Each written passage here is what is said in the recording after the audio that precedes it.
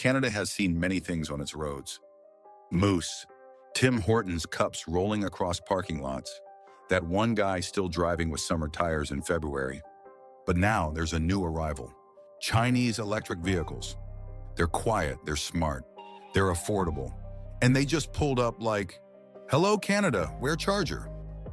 Let's talk about what happens when Chinese EVs hit Canadian roads. Imagine this. A cargo ship docks in Vancouver. Containers open. Inside, sleek EVs with glowing dashboards and screens bigger than your TV. Somewhere in Canada, a dealership manager whispers, "Is that a car or an iPad with wheels?" Chinese automakers like BYD, Chery, Geely, and SAIC have been quietly dominating EV sales globally. BYD alone sold more EVs than Tesla in several recent quarters. Not might someday, already did, and now they're eyeing Canada like, you have snow, wide highways, and government EV incentives. We like your vibe. First test drive in Canada goes something like this. Driver: "Okay, let's see if this thing starts in -15. Car turns on instantly. Driver: "Suspicious. Because modern Chinese EVs are built with cold weather battery management systems, heat pumps, and preconditioning tech. Translation: they don't panic in winter, unlike your phone battery that drops from 80% to 12% the moment it smells snow. Many of these EVs also come standard with features Canadians usually pay extra for. Heated seats, heated steering wheel, panoramic roof, driver assistance technology, screens everywhere. Basically, the car greets you like, "Welcome. Would you like warmth, safety, and emotional support?" Then Canadians check the price, and suddenly, the calculator app opens emotionally.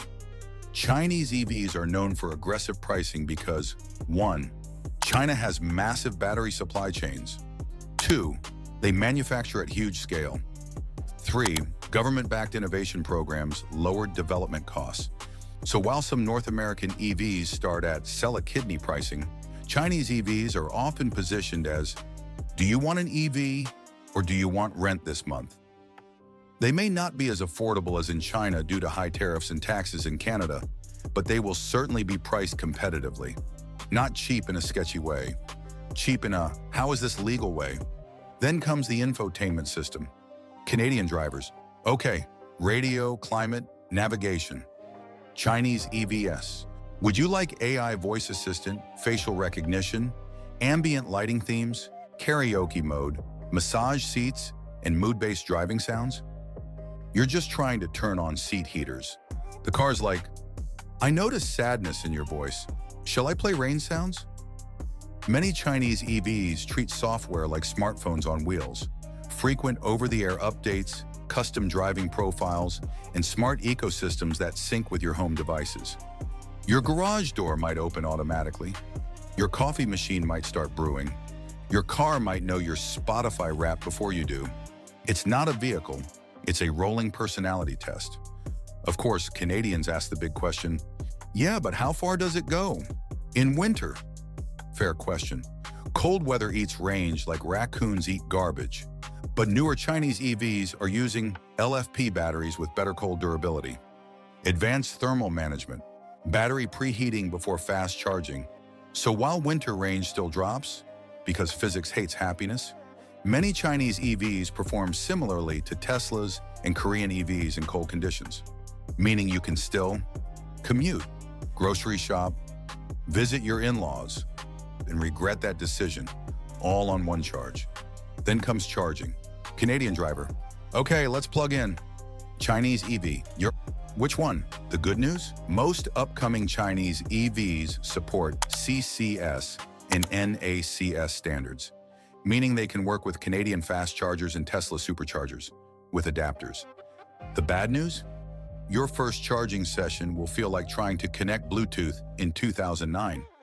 But once it works, and suddenly your gas station visits become historical reenactments. Then Canadians start asking questions. What brand is that? Is that electric? Why does your dashboard look like NASA? And someone always says, "Wait, China makes cars?" Yes, and they're not new at it. China is the world's largest EV producer, largest battery manufacturer, and largest EV exporter.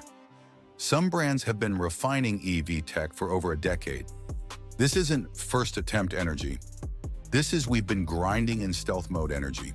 So what happens when Chinese EVs hit Canadian roads? Three things. One, prices drop. Competition forces legacy automakers to rethink pricing and features. Right now, a lot of EVs in Canada cost somewhere between financial stretch and maybe I'll just walk. Chinese EV makers show up like, here's similar range, more features, and yes, lower monthly payments. Two, tech accelerates. Traditional car companies update vehicles like, see you next model year. Chinese EV brands update vehicles like, hey, your car learned new tricks overnight. Because many Chinese EVs treat cars like smartphones on wheels. Over-the-air updates can improve range efficiency, acceleration tuning, driver assistance systems, infotainment layouts, and this pressures legacy automakers in Canada to improve software stability, speed up innovation cycles, stop charging $3,000 for heated seats that cost $40 to install. 3, EV adoption speeds up. One of the biggest barriers to EV adoption in Canada isn't range, it's price. And Chinese EVs attack that problem directly by offering entry-level EVs, affordable crossovers, budget family sedans, which suddenly makes EVs accessible to first-time buyers, students, gig workers, multi-car households. Instead of EVs being future tech, they become default option. Gas stations slowly turn into nostalgia landmarks, like payphones, or DVD players, or your friend who still uses wired earbuds. So when Chinese EVs hit Canadian roads, don't expect chaos. Expect better prices, better tech, more competition, and way more screens than necessary. But if you're thinking about buying one, here are 5 smart moves. Check cold weather range tests, not just advertised numbers. Look for Canadian winter reviews. 2, confirm charging compatibility. Make sure CCS or NACS is supported locally. 3, research warranty and service networks. Great car, useless if repairs take 6 months. Check mark 4, test the infotainment system. If it feels like flying a spaceship, maybe not ideal for daily driving. 5, watch long-term owner reviews. Early adopters always spill the real tea. Chinese EVs aren't coming to Canada. They're already here, quietly, efficiently, and judging your driving habits through AI. Welcome to the future, Canada.